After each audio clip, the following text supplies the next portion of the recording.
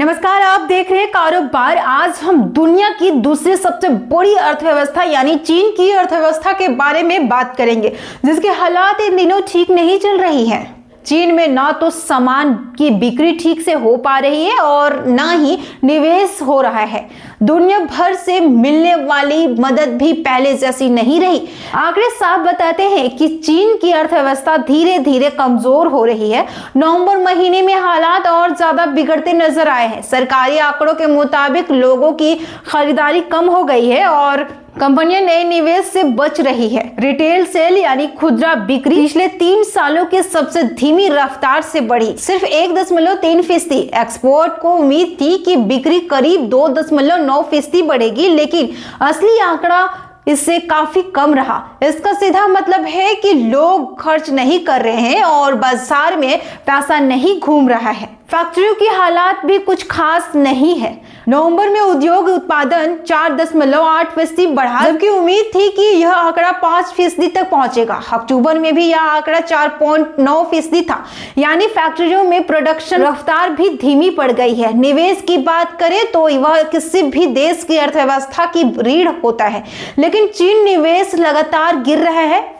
Bloomberg की report के मुताबिक पिछले 11 महीनों में फिक्स्ड एसेट इन्वेस्टमेंट 2.6% घट गया। कंपनियां न्यू प्रोजेक्ट शुरू करने से डर रही है। बेरोजगारी की स्थिति में भी कोई खास सुधार नहीं हुआ है। शहरी बेरोजगारी दर 5.1% पर टिकी है। जब लोगों की नौकरी का भरोसा नहीं होता तो वो खर्च भी कम करते हैं, और यही इस वक्त चीन में हो रहा है। अगर कार बिक्री यानी ऑटो सेक्टर की बात करें, जिसे अर्थव्यवस्था की पैमाना माना जाता है, तो नवंबर में कार बिक्री 8.5% गिर गई। यह पिछले 10 महीनों की सबसे बड़ी गिरावट है। आमतौर पर साल के आखिरी महीनों में कारों की बिक्री ज्यादा होती है, लेकिन इस बार सिंगल्स डे शॉपिंग फेस्टिवल करीब 5 हफ्ते चलने के बावजूद लोग खुलकर खरीदारी करने बाहर नहीं गए।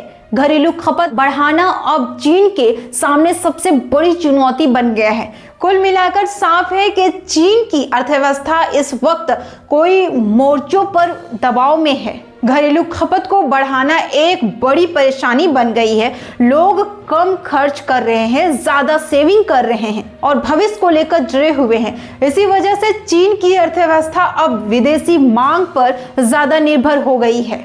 इसके अलावा अमेरिका के राष्ट्रपति डोनाल्ड ट्रंप की टैरिफ वॉर ने भी चीन की परेशानी बढ़ा दी है। ग्लोबल ट्रेड यानी वैश्विक व्यापार का समीकरण बदल रहा है। चीनी सामान पर टैक्स बढ़ रहा है, जिससे एक्सपोर्ट पर असर पड़ रहा है। इससे चीन की ग्रोथ और ज्यादा खतरे में आ गई है।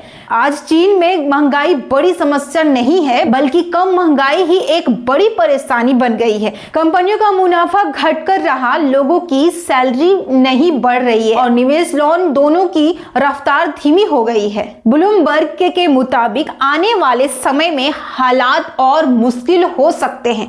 न बाजार में बिक्री है और निवेश का भरोसा, और ना लोगों में खर्च करने का हौसला। अब चीन के सामने सिर्फ एक ही रास्ता बचता है, लोगों की जेब में पैसा डालना, नौकरियां बढ़ाना और घरेलू मांग को मजबूत करना। अगर ऐसा नहीं हुआ तो दुनिया की दूसरी सबसे बड़ी अर्थव्यवस्था और ज्यादा दबाव में आ सकती है। अब सवाल यह है कि क्या चीन इस संकट से बाहर निकल पाएगा? इन पूरे मामले को लेकर आपकी क्या राय है? हमें कमेंट करके जरूर बताएं।